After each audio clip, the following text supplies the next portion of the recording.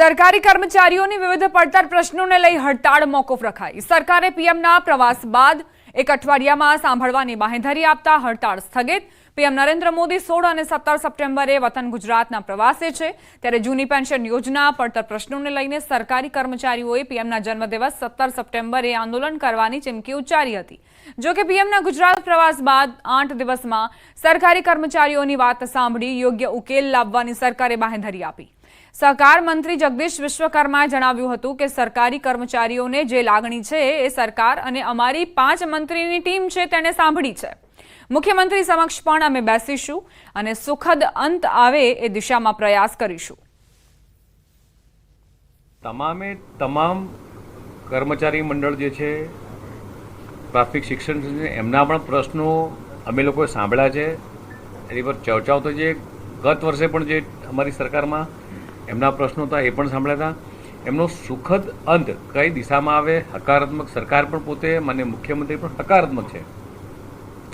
આ બધી જ બાબતોને લઈને અને ફરીથી આવતા અઠવાડિયે ફરીથી મળવાનું થશે અને આની પર પોઝિટિવ ચર્ચા થાય અને સુખદ અંત આવે એ દિશામાં સરકાર અને તમામ કર્મચારી મંડળ પણ બધી જ વાતને પ્રાધાન્ય આપી અને આગળ વધીશું। આ મુદ્દે ગુજરાત પ્રાથમિક શિક્ષક સંઘના પ્રમુખ દિગ્વિજયસિંહ જાડેજાએ જણાવ્યું હતું કે અમે પણ ઈચ્છીએ છીએ કે સરકાર સાથે બેસીને કર્મચારીઓના પ્રશ્નો સોલ્વ થાય। અમે 2 વર્ષથી સતત લડત ચલાવી રહ્યા છીએ। આવનારા 8 થી 10 દિવસમાં સરકાર ઝડપથી પ્રશ્નોનું નિરાકરણ લાવે અને સમાધાન ન થાય તો અમે ઓક્ટોબરમાં જલદ કાર્યક્રમો આપીશું।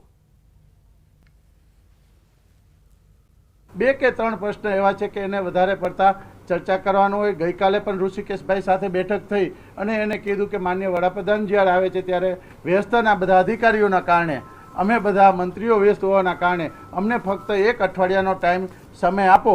અમે 1 અઠવાડિયાની અંદર આપની સાથે સમાધાન કરી અને જો પ્રશ્ન તમને યોગ્ય નિર્ણય ના મળે અને યોગ્ય ના લાગે તો આપે જે કાર્યક્રમ આપેલા છે, જે ધરણાના કાર્યક્રમ, એના સિવાય પણ તમારે જે કાર્યક્રમ આપવા હોય એ આપ આપી શકશો। સમાચાર કચ્છથી પ્રાપ્ત થઈ રહ્યા છે। ધારાસભ્ય અનિરુદ્ધ દવેનું નિવેદન। કાર્યક્રમમાં સંબોધન સમય કાર્યકરોને ટકોર કરી। ભાજપનું બોર્ડ છે તો તમે છો, ભાજપનું બોર્ડ હટે તો કોઈ ઓળખે પણ નહીં। ગમે તેવો ખેરખા હોય, કમળ હટે એટલે પતી ગયું। કોઈ ગમે એટલી ફાંકા ફોજદારી કરતો હોય કે હું આમ કરી દઉં તેમ કરી દઉં, આ કમળનું ફૂલ હટી ગયું બધું પૂરું। અને એવા કેટલાય જોયા છે ખેરખા કે જ્યારે કમળનું પાટિયું હટે છે ત્યારે કોઈ ઓળખતું પણ નથી હોતું। મહેસાણાથી સમાચાર પ્રાપ્ત થઈ રહ્યા છે। મુકુલ વાસનિકનું નિવેદન। વડોદરાનું પૂર માનવ સર્જિત હોવાનો આરોપ તેમણે મૂક્યો। માનવ સર્જિત પૂરથી 17 લોકોના મોત નિપજ્યા। સરકાર તરફથી પૂરતી રાહત નથી મળી। 12 પરિવારોને 4 લાખ રૂપિયા જ સહાય મળી। કોંગ્રેસે 25 લાખની સહાયની માંગ કરી છે। વડોદરામાં પૂરને લઈને મુકુલ વાસનિકે આરોપો મૂક્યા સરકાર પર કે આ પૂર તે માનવ સર્જિત પૂર છે, આ કુદરતી પૂર નથી। અને સાથે જ પરિવારોને જે સહાય ચૂકવવામાં આવી છે તેને લઈને પણ આરોપ મુકાયા। मानव निर्मित जो तमाम समस्याएं यहाँ पर निर्माण हुई है उसके चलते हुई है। कोई दीवार गिर के मर गया, कोई पानी में बह के मर गया, कोई बिजली गिरने से मर गया, लेकिन ये तमाम मृतक परिवारों को सरकार की तरफ से अभी तक के सहायता नहीं मिली। પાલનપુરના બ્રિજ મુદ્દે સાંસદ ગેનીબેન ઠાકોરે નિવેદન આપ્યું। તેમણે કહ્યું કે અંગ્રેજોએ ભલે રાજ કર્યું પણ કામ ક્વોલિટી વાળું કરી ગયા। વર્તમાન અંગ્રેજો ભ્રષ્ટાચારથી ખદબદી ગયા છે। પાલનપુરના બ્રિજને લઈને સાંસદ ગેનીબેન ઠાકોરે સરકારને ઘેરવાનો પ્રયત્ન કર્યો। તેમણે કહ્યું કે અંગ્રેજોએ ભલે રાજ કર્યું પણ ક્વોલિટી વાળું કામ કરી ગયા। અત્યારના બ્રિજ યોગ્ય ગુણવત્તાવાળા નથી। આજે આ તો અંગ્રેજો કરતાં પણ બહેતર કહેવાય। અંગ્રેજોએ જે બાંધકામ કર્યા છે એ આજે પણ એનું પ્રમાણપત્ર કે એનું તમે ક્વોલિટી જુઓ તો આપણને એમ મળે કે ભલે આપણા દેશની અંદર એ લોકોએ રાજ કર્યું પણ જે કામ કર્યું ક્વોલિટીવાળું કર્યું છે। ત્યારે વર્તમાન અંગ્રેજો એ ભ્રષ્ટાચારથી ખદમદી હેડ્યા છે। એમના લોકોના જીવ હાથે એમને કોઈ મતલબ નથી। સમાચાર અમરેલીથી પ્રાપ્ત થઈ રહ્યા છે। જિલ્લાના દરિયાકાંઠે વરસાદી માહોલ છવાયો છે। જાફરાબાદ પંથકમાં બપોરથી ધોધમાર વરસાદ ખાબક્યો। શહેરની સાથે બાબરકોટ, મિતિયાળા સહિતના વિસ્તારોમાં વરસાદ નોંધાયો। રાજુલા, જાફરાબાદના ગ્રામ્ય પંથકમાં પણ વરસાદી માહોલ છવાયો છે।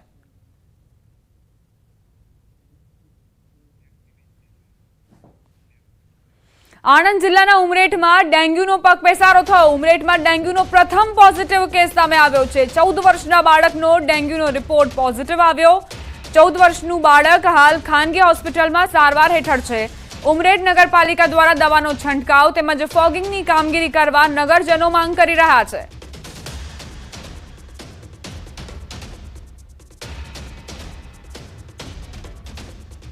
અમદાવાદથી સમાચાર। હાટકેશ્વર બ્રિજનો વિવાદ વકર્યો છે। બ્રિજને તોડી નવો બનાવવા 52 કરોડનો ખર્ચ થશે। બ્રિજને લઈ કોંગ્રેસે એએમસી પર આરોપ લગાવ્યા। હાટકેશ્વર બ્રિજ મુદ્દે સ્ટેન્ડિંગ ચેરમેન દેવાંગ દાણીએ કહ્યું કે અમદાવાદમાં હાટકેશ્વરનો ખર્ચ બ્રિજ બનાવનાર જૂની કંપની ભોગવશે। હાટકેશ્વર બ્રિજ નવો બનાવવા માટે કંપની તૈયાર થઈ છે।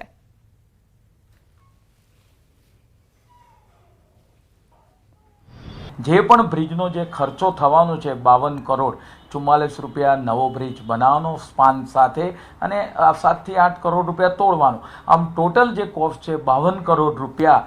એ તમામ કોસ્ટ આપણે વાત કરીએ કે જે કંપનીને બ્લેકલિસ્ટ કરી છે, જે કંપની પાસે જેને બ્રિજ બનાવ્યો હતો 17ની અંદર અને 19ની અંદર સ્ટ્રક્ચરમાં ખામી થતાં એ બ્રિજ આપણે બંધ કર્યો, તો એ કંપની પાસેથી આ તમામ જે ખર્ચ છે એ વસૂલવામાં આવશે। અમદાવાદ મહાનગરપાલિકાએ વસ્ત્રાપુર ફૂડ કોર્ટ બનાવવાનો નિર્ણય પાછો ખેંચ્યો। વસ્ત્રાપુર લેકના વિકાસ સાથે વસ્ત્રાપુરમાં આવેલા એમ્ફી થિયેટરને તોડીને 5.5 કરોડના ખર્ચે ફૂડ કોર્ટ બનાવવા માટે એએમસીએ આયોજન કર્યું હતું। એમ્ફી થિયેટરના કાર્યક્રમો ઓછા થતા હોવાનું કારણ આપીને ફૂડ કોર્ટમાં 55 જેટલા ફૂડ સ્ટોલ રાખી શકાય, જે જગ્યા ભાડેથી આપી શકાય તેવો પ્લાન તૈયાર કરાયો હતો, પરંતુ ગુજરાતી કલાકારોના વિરોધ બાદ વિવાદ વધારે ન વકરે તે માટે સ્ટેન્ડિંગ કમિટીએ દરખાસ્ત પાછી ખેંચી લીધી। હવે વસ્ત્રાપુર ફૂડ કોર્ટ નહીં બને, પરંતુ આ જ એમ્ફી થિયેટરને વિકસિત કરવામાં આવશે। ઉલ્લેખનીય છે કે ફૂડ કોર્ટ બનાવવાના નિર્ણયથી લગભગ 5 જેટલા પ્રોગ્રામ રદ કરવામાં આવ્યા હતા। એમપી થિયેટર 6 મહિના પહેલાં ત્યાં આગળ જે રીતે ટ્રાફિકમાં અડચણરૂપ ફૂડ કોર્ટ લારીઓ રોડ પર ઊભી રહે છે એને એક જગ્યાએ સમાવવાનો એક પ્લાન કરવામાં આવ્યો હતો, પરંતુ તેને પરિણામે આપણે વાત કરીએ કે કલાકારો દ્વારા તદુપરાંત ધાર્મિક પ્રસંગો હોય, લગ્ન જીવનના પ્રસંગો હોય, મેરેજ અને એનિવર્સરી ત્યાં આગળ ઘણા ઉજવાતા હોય, તો એવા સંજોગોની અંદર તેને એક યથાવત રાખવો તેવી રજૂઆતો સમાજો તરફથી આવેલી હતી। પરિણામે એમપી થિયેટરને યથાવત તરીકે રાખી કલાની પ્રવૃત્તિને વેગ આપવા માટે એને એ જ કન્ડિશનમાં રાખવાનો નિર્ણય કરવામાં આવ્યો છે। અમદાવાદના વસ્ત્રાપુર લેક ખાતે જે ફૂડ કોર્ટ બનાવવાનું હતું તે ફૂડ કોર્ટ હવે નહીં બને। આપ એમપી થિયેટરને જોઈ રહ્યા છો। આ એમપી થિયેટરની જગ્યાએ 5 કરોડના ખર્ચે ફૂડ કોર્ટ બનાવવાનું હતું, પરંતુ હવે આ ફૂડ કોર્ટ નહીં બને, જેની પાછળનું કારણ છે કે કલાકારોએ એમપી થિયેટરને ચાલુ રાખવા માટે માંગ કરી છે અને તેની સાથે ખાસ કરીને કલાકારોએ વિરોધ પણ કર્યો હતો। ત્યારબાદ સ્ટેન્ડિંગ કમિટીએ દરખાસ્ત પાછી મોકલી દીધી છે। સૌથી મહત્વની વાત છે કે 5 કરોડના ખર્ચે જે 55 જેટલા ફૂડ કોર્ટ છે તે બનાવવાનો અહીં નિર્ણય કરવામાં આવ્યો હતો અને કાર્યક્રમો ઓછું થવાનું કારણ છે તે આપવામાં આવ્યું હતું, પરંતુ ગુજરાતી કલાકારો આ નિર્ણયનો વિરોધ કરી રહ્યા હતા। ત્યારબાદ આખરે વિરોધ વચ્ચે સ્ટેન્ડિંગ કમિટીએ દરખાસ્ત પરત મોકલી દીધી છે અને 55 જેટલા જે ફૂડ કોર્ટ બનાવવાના હતા, જેને ભાડે આપવાની અમદાવાદ મહાનગરપાલિકાની યોજના હતી, તેને પાછી લઈ લેવામાં આવી છે। તેની સાથે ખાસ કરીને હવે આગામી સમયની અંદર હવે ખાસ કરીને જે ગુજરાતી કલાકારો છે તેમની માંગ છે કે આ જગ્યા છે તેને ડેવલપ કરવામાં આવે અને એ રીતે ડેવલપ કરવામાં આવે કે લોકો અહીં કાર્યક્રમો પણ કરી શકે, થિયેટર પણ કરી શકે। કેમેરામેન શેનિંગ મહેતા સાથે દીપિકા કુમાર, ન્યૂઝ 18 ગુજરાતી, અમદાવાદ। નર્મદા જિલ્લાના કેવડિયા કોલોની ખાતે એક ભાઈ ટાવર પર ચડી ગયા। ગણપતભાઈ તડવી નામના વ્યક્તિ ટાવર પર ચડી ગયા હતા। તેમની માંગ હતી કે તેઓ ધક્કા ખાઈને થાકી ગયા છે, પરંતુ જમીનનું વળતર હજુ નથી મળતું, તેથી આવું પગલું ભર્યું। ઘટનાને પગલે ફાયર બ્રિગેડ, પોલીસ, ધારાસભ્ય, ઇન્ચાર્જ પ્રાંત અધિકારી સહિતના તમામ સ્થળ પર પહોંચ્યા। તેમને સમજાવવામાં આવ્યા કે તેમની માંગ સ્વીકારવામાં આવશે અને લેખિતમાં ખાતરી આપવાનું કહેતા નીચે ઉતર્યા હતા। તેઓની જમીન વર્ષો પહેલા સંપાદન થઈ હતી, જેનું અડધું વળતર હજુ નથી મળતું, જેના કારણે તેઓ કંટાળ્યા। ટાવર પર ચડીને આપઘાતનો પ્રયાસ કર્યો હતો.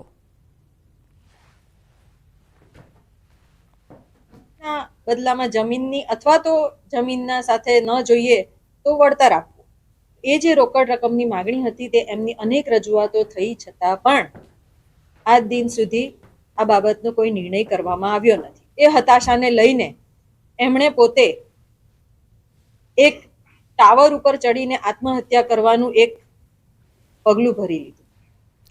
અરવલ્લી જિલ્લાના મોડાસાની માઝૂમ નદીની કાયાકલ્પ થશે. માઝૂમ નદીના કિનારા પર માઝૂમ પાર્ક તેમજ નદી કિનારા પર પ્રોટેક્શન દિવાલ બનશે. રિવરફ્રન્ટ ગાર્ડન સહિતનું પાર્ક બનશે. માઝૂમ નદીના બ્રિજથી કાશી વિશ્વનાથ સુધી રિવરફ્રન્ટ બનશે. લગભગ 10.13 કરોડના ખર્ચે રિવરફ્રન્ટ પ્રોજેક્ટ હાથ ધરાશે.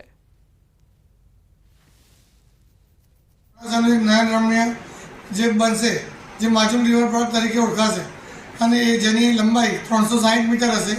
જે માઝૂમ જે બ્રિજ છે ત્યાંથી તે કાશી વિશ્વનાથ મંદિર સુધી એની લંબાઈ છે એટલી મળશે 360 મીટર અને જેનો અંદાજિત ખર્ચ 10.13 કરોડની આસપાસનો એનો ખર્ચ થશે. દિવાળી પર ઘરે જવા માટે સરળતાથી મળી રહેશે એસટી બસ. જી હા, સરકાર દ્વારા દિવાળીના તહેવારને લઈ એક્સ્ટ્રા બસો મૂકવામાં આવી છે. ગૃહ રાજ્યમંત્રી હર્ષ સંઘવીએ આ અંગે માહિતી આપી. સૌરાષ્ટ્ર ઉત્તર ગુજરાતના શ્રમજીવીઓ સુરતમાં મોટા પ્રમાણમાં વસે છે, ત્યારે દિવાળીના તહેવારને લઈને પોતાના વતન જવા માટે તકલીફ ન પડે એ માટે રાજ્ય સરકારે સુરત અને અમદાવાદથી એક્સ્ટ્રા બસોનું આયોજન કર્યું છે. તારીખ 24 ઓક્ટોબરથી લઈને 27 સુધી 2200થી વધુ બસો દોડશે, જેમાં સૌરાષ્ટ્રની બસો વરાછા રોડ પર ધારુકા કોલેજના ગ્રાઉન્ડમાંથી ઉપડશે, જ્યારે લાભ પાંચમ સુધી અમદાવાદની બસોનું સંચાલન સુરત સેન્ટ્રલ બસ સ્ટેશનથી થશે. આ સાથે સાથે કોઈ પરિવાર કે સોસાયટીમાંથી આખી બસનું બુકિંગ કરાશે તો તેમને ડોર ટુ ડોર પિકઅપ અને ડ્રોપની સુવિધા આપવામાં આવશે. વધુમાં ગૃહ રાજ્યમંત્રીએ માહિતી આપતા કહ્યું કે જો વધુ બસની ડિમાન્ડ હશે તો હજુ એક્સ્ટ્રા બસ દોડાવવામાં આવશે. દિવાળીના તહેવારમાં મારા રાજ્યની માતાઓ બહેનો પોતપોતાના પિયરે, પરિવાર પોતપોતાના ગામ જઈ શકે તે માટે 2200થી વધારે એક્સ્ટ્રા બસોનું આયોજન કરવામાં આવ્યું છે. સૌરાષ્ટ્ર તરફનું એક્સ્ટ્રા બસોનું સંચાલન ધારુકા કોલેજ વરાછા રોડ ખાતેના મેદાનમાંથી કરવામાં આવશે. તારીખ 26થી 30 સુધી સાંજે 4 વાગ્યાથી રાત્રે 10 વાગ્યા સુધી આ બસોનું આયોજન ત્યાંથી કરવામાં આવ્યું છે. લાભ પાંચમ સુધી અમદાવાદનું એક્સ્ટ્રા સંચાલન સુરત સેન્ટ્રલ બસ સ્ટેશન પરથી કરવામાં આવશે. એક્સ્ટ્રા બસો અહીંયા બી સાંજે 4થી રાત્રે 10 વાગ્યા સુધી દોડાવવામાં આવશે. ખાસ કરીને કોઈ પરિવાર, સોસાયટી કે ગ્રુપ જો આખી બસ બુક કરાવશે તો આ દાદાની સવારી એમના સોસાયટીના ગેટ સુધી જશે અને પેસેન્જરોને ગામના આંગણે સુધી મૂકવાની વ્યવસ્થાઓ એસટી વિભાગ દ્વારા કરવામાં આવી છે. બુલેટિનમાં રોકાઈશું એક નાનકડા વિરામ માટે. આપ જોતા રહો ન્યૂઝ 18 ગુજરાતી.